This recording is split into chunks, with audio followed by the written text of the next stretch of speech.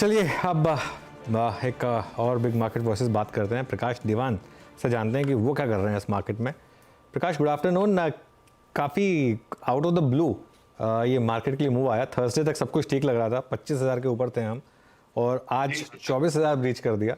ये मार्केट खैर इसी तरीके से चलता है जब चलता है। तो कैसे देख रहे हैं आप इस मूव को, क्योंकि ये ग्लोबल लेट करेक्शन है, और क्या यहाँ पर बाय करना बनता है या थोड़ा वेट करेंगे?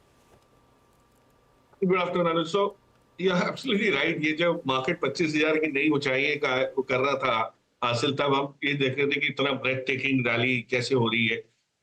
लेकिन एक चीज तो पहले समझ आई थी कि मार्केट की जो वैल्यूएशंस हैं, जो स्ट्रेच वैल्यूएशन है, उनको कोई ना कोई एक बहाना चाहिए था करेक्ट होने का। अब ये कहाँ से आएगा ये तो तब पता नहीं था, अब समझ आ रही है। अब हम इसको एनालाइज करेंगे भी जापान के येन कैरी ट्रेड से हुआ है सब। ये अभी तक इसकी जो प्रॉब्लम है ये सॉल्व नहीं हुई है, और ये प्रॉब्लम तब सॉल्व होगी जब हो सकता है कोई ड्रास्टिक स्टेप लिया जाए, जैसे यूएस में एक रेट कट का अनाउंसमेंट हो जाए, या टाइमलाइन थोड़ी सी एडवांस मतलब प्रीपोन हो जाए। इस टाइप का कुछ अगर होता है तो मेरे ख्याल से वो होगा। लेकिन मार्केट जिस जिस उस पे है, लेवल पे है, जिस टेक्सचर में है, इतनी जल्दबाजी अभी कुछ लेने की नहीं करनी चाहिए। आपको स्टॉक्स पता है, हिंदुस्तान के सेक्टर्स पता है कौन से अच्छे चलने वाले हैं, सब कुछ क्लियर है। लेकिन ये जो मोमेंटम में जो ब्रेक लगी है और जो रिवर्सल थोड़ा सा है, ये अभी भी थोड़ा सा स्टेबलाइज होने में टाइम लगेगा। तो मैं आश्चर्य नहीं करूंगा अगर ये तो निफ्टी में आपने इतना बड़ा कट देखा है, हो सकता है ये cut mid cap small cap में थोड़ा ज्यादा हो जाए, और वो जब हो जाएगा तब आपके पास एक अपॉर्चुनिटी मिलती है फॉर चेरी पिकिंग। अभी फिलहाल आप देखिए, मेक श्योर कि जैसे पहले आपने भी कई बार ये चीज दोहराई है, इसलिए मैं कह रहा हूँ कि जो मार्केट अपने पोर्टफोलियो में जो चीजें वीक थी, जो कचरा आ गया था, सालों से भरते जाते हैं हम लोग, पोर्टफोलियो में ऐड करते जाते हैं, समझ नहीं आती है उसका करना क्या, उसमें से निकलने का जो चांस था वो बहुत अच्छा था। अभी भी चांस मिल सकता है, बाउंस बैक आएगा कभी ना कभी, तो बाउंस आएगा, चांस मिलता है, तो उसमें से हम निकलिए। क्योंकि ये दिखा रहा है कि मार्केट गिरेगा तो बहुत ही मतलब चढ़ते वक्त सीढ़ियों से गए, उतरते वक्त हम एलिवेटर से आए, तो ये चीज बनी रहेगी और फिर से होगा, ये दोहराया जाएगा, तो उसके लिए आप थोड़े से सावचेत। ओके। अच्छा प्रकाश, एक चीज़ जो बहुत लोग पूछ रहे हैं कि अब इस समय जिन स्पेसेस में सबसे ज़्यादा पैसा बना है वहाँ क्या करें, जैसे रेलवे और डिफेंस, यहाँ क्या भी होगा आपका? नहीं, यहाँ पे मेरे हिसाब से मोमेंटम आने में काफी समय लग जाएगा, क्योंकि हमने जो पीक पी वैल्यूएशन देखे हैं वो आते हैं इस उम्मीद में कि इसमें परफॉर्मेंस आएगी। वो अब आपको एक एक लेट डाउन सा दिख रहा है वहां पे। आप ये देखिए कि कई कंपनी जिसमें बहुत ही बढ़िया आपने उम्दा वो देखा, बीएचईएल को लीजिए, बहुत बढ़िया कंपनी है, कामकाज सब कुछ अच्छा है, सरकार का रुख बदला, अपनाया गया, आत्मनिर्भरता का एक एक वो चला बहुत बड़ी मुहिम चली, तो उन्होंने ये चीज को फायदा होते हुए देखा ऑर्डर बुक पे बिल्डअप। लेकिन ऑर्डर बुक से ट्रांसलेशन जो चाहिए अनुज, वो आने में समय लगेगा। तो ये सारे जो स्टॉक्स है, पावर में कई है, रेलवे में बहुत है, डिफेंस में तो पूरे ही पूरे हैं, ये सब ने अपनी ऑर्डर बुक के बलबूते बढ़त देखी है। तो परफॉर्मेंस एग्जीक्यूशन को तो समय लगेगा, आप उसको तो आप कर ही नहीं सकते। ऑर्डर आप साल में ज्यादा दे सकते हैं, लेकिन एग्जीक्यूशन तो जो करना है वही कर सकते हैं। सो उस लिहाज से मुझे लगता है वहां पे कैचअप होते हुए काफी समय लग जाएगा, 1-2 साल लग जाएंगे आपको उस टाइप की परफॉर्मेंस आते हुए। No doubt businesses are good, valuation stretch था, अब आपको थोड़े से नए पॉकेट्स में दिखेगा। पुराने पॉकेट्स जो स्टार पॉकेट्स थे, वहां पे मुझे नहीं लगता कि इस टाइप की कमबैक रैली आएगी। जो भी रैली आएगी वो नए क्षेत्र में आएगी, नए उससे आएगी, आउटलुक से आएगी। एक एक स्पेस जहां पर सबसे ज्यादा गिरावट देखने को मिली है वो सभी वो ग्लोबल ओरिएंटेड कंपनियां। आप टाटा मोटर्स देखिए जो अब 7% के नुकसान पर ट्रेड कर रहा है, मदसन, संवर्धन की बात हम पहले कर रहे थे, सोना, बीएलडब्ल्यू की बात कर रहे थे। क्या यहाँ पर एक्सपोजर एक बार के लिए हटा लेना चाहिए? प्रकाश, अप्रोच क्या होगी? क्योंकि देखिए टाटा मोटर्स Q1 नंबर्स बहुत ही अच्छे थे, मैनेजमेंट ने कहा कि थोड़ी सी आउटलुक म्यूटेड है, तो फ्राइडे को भी टूटा, लेकिन आज एक और गहरी मार पड़ती हुई दिखाई दी है। तो आई थिंक 2 ट्रेडिंग सेशंस में ये काउंटर करीब 11-12% तो वैसे ही बैठे बैठे गवा चुका है। जी अच्छा, that's a very good question, क्योंकि हम ये कह रहे हैं कि डोमेस्टिक मार्केट तो ठीक ठाक है, सब कुछ है, लेकिन ये जो ग्लोबल प्लेस है इनका कैसे, इनका क्या नजरिया होना चाहिए, ये चीज सबको सताएगी। लेकिन एक चीज याद रखिए, जो ग्लोबल मार्केट्स में सेल ऑफ है अर्षदा, वो हर एसेट क्लास में है, चाहे वो इक्विटी हो, डेट हो, बॉन्ड्स हो, कमोडिटीज हो, करेंसी दोस्तों, ये जो मूव आया है ये आपका इन्वेस्टेबल मार्केट पे है, जो डेरिवेटिव मार्केट पे है, ठीक है, not the underlying this thing.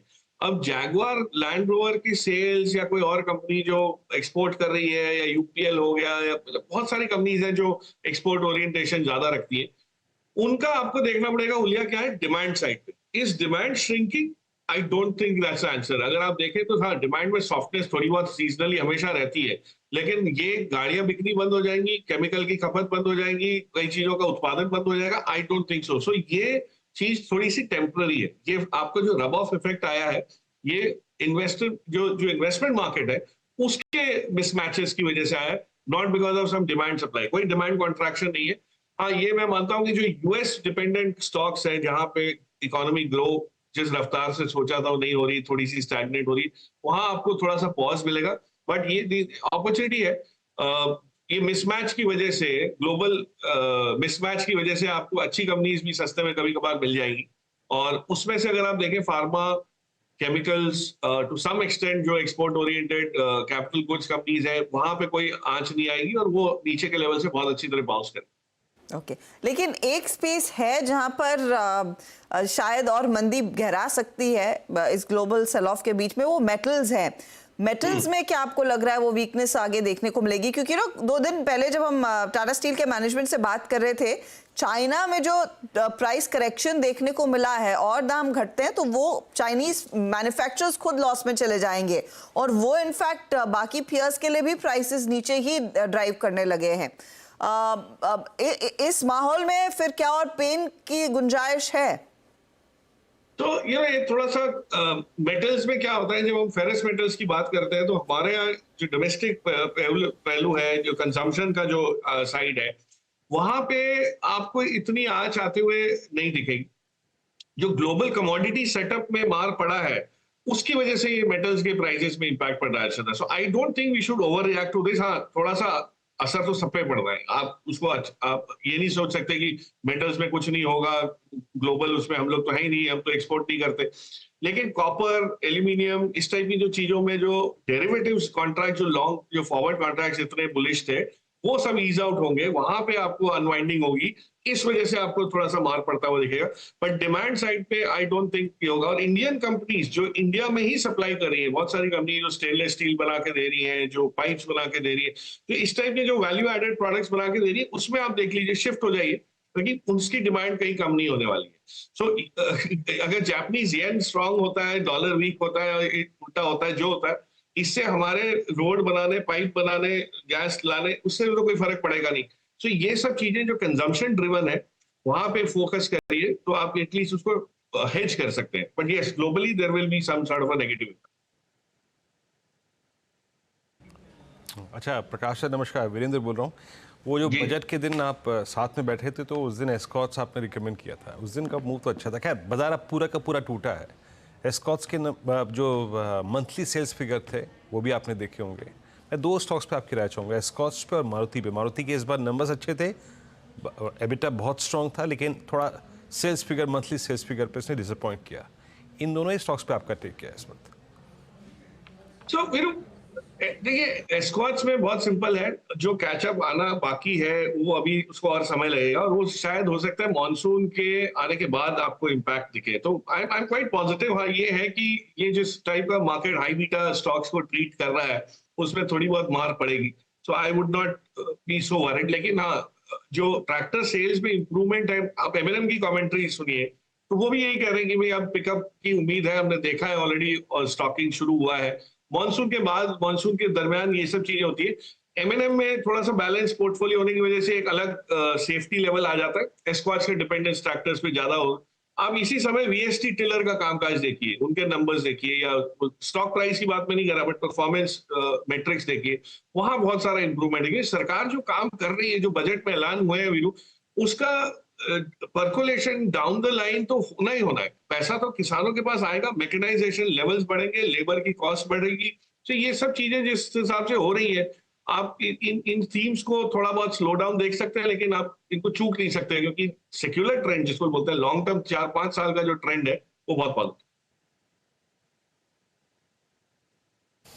Okay अच्छा सर, प्रकाश सर, ये इंश्योरेंस स्टॉक्स में से HDFC लाइफ, SBI लाइफ, और कुछ देर के लिए अगर मैं थोड़ा सा अपने आप को अभी हम कैम्स की मैनेजमेंट से बातचीत कर रहे थे, इसी स्पेस में कैम्स हो गया या फिर HDFC MC, इन 2-3 पॉकेट्स में से कुछ पसंद आ रहा है आपको इस वक्त? नहीं, बिल्कुल कैम्स है, केफिन टेक है।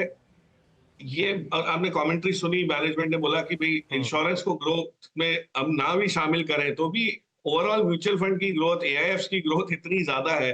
और ये होगा कि देखिए जो unorganise market, not unorganise but जो थोड़ा सा एडवाइजरी साइड में जो मार्केट PMS से AIF से हटके जो चल रहा था, वो थोड़ा बहुत अब और स्ट्रक्चर्ड वे में आएगा। और म्यूचुअल फंड्स में जो सबसे बड़ा एडवांटेज टैक्सेशन का है कि कैपिटल गेन्स नहीं लगता, तो उनके पास रिटर्न देने की क्षमता और भी बढ़ जाएगी। तो मार्केट थोड़ा सा सिस्टमैटिकली ऑर्गेनाइज उसमें काम में चल रहा है, तो ये सभी कंपनीज को बहुत बेनिफिट होगा। कैम्स नीचे आया है, आज आपको मिल रहा है, आप ले सकते हैं। जब जब मार्केट में इस टाइप की गिरावट आती है, जैसे कैम्स की कोई गलती नहीं है लेकिन मार्केट गिरी है तो कैम्स को भी गिरना है, तो आप ऐसे उन दिनों पे इसको ऐड करा जा सकता है। और CDSL को देखिए, वो उसको नजरअंदाज नहीं कर सकते, क्योंकि जो ग्रोथ उसके सामने है, जो पार्टिसिपेशन लेवल्स जिस टाइप के बढ़ रहे हैं, अगले साल आपको एक साल में IPO इतने दिखेंगे बड़े बड़े, वहां पे भी वापस एक ग्रोथ आएगी। So market is giving you those opportunities, but एक बास्केट बना लीजिए जो नॉन फंड बेस्ड फाइनेंशियल्स है, इनको मैं मतलब एक अलग कैटेगरी में ट्रीट करता हूँ। ये थोड़े से वैसे हैं जिसमें कोई फंडिंग की या लोन्स की, बोरोइंग की कोई समस्या नहीं आती। ये सिर्फ फी बेस्ड, सर्विस बेस्ड वो है, तो उनमें से डेफिनेटली लिया जा सकता है। ओके, अच्छा मेरी तरफ से एक आखिरी सवाल, IT यहाँ पर कोई स्टॉक बाय कर रहे हैं क्या? सो अनुज, IT में मतलब देखिए मार सबसे ज्यादा तो वहां पड़ रहा है क्योंकि ग्लोबल इंटरफेस ज्यादा है। अब ये हो सकता है कि US में थोड़ा सा माहौल सुधर जाएगा तो वापस एक बोलबाला आएगा, लेकिन जो जो रनअप ग्लोबली हुआ है उससे हमको कोई लेना देना नहीं है। ये जो AI और चिप्स को लेके, सेमीकंडक्टर्स को लेके हो रहा है, एक कंपनी मुझे अभी भी पसंद बहुत आती है और वैल्यूएशन कंफर्ट जहां आता है, जहां ओवरबॉट स्टेट नहीं है, वो है टाटा टेक्नोलॉजीज। मैं कई बार इसका जिक्र कर चुका हूं, पर ये वहां 1000-1100 के इस जोन से हिलता ही नहीं है। बट जिस प्रकार का बिजनेस मॉडल है, उसके हिसाब से I would, if I had to add something, तो ये करूंगा, क्योंकि आगे चल के जो टाटा एलेक्सी ने किया कंसोलिडेशन के बाद, वैसी चाल आपको इसमें भी दिख सकती है। But otherwise mid cap IT में कई जगह स्पार्क्स हैं, अच्छे हैं, but I would still wait for some time. Prakash, बहुत बहुत शुक्रिया हमारे लिए आज के दिन समय निकाल कर बात करने के लिए। तो प्रकाश बेसिकली यही कह रहे हैं कि मिड कैप्स में और गिरावट देखने को मिलेगी, लेकिन कई आइडियाज आपको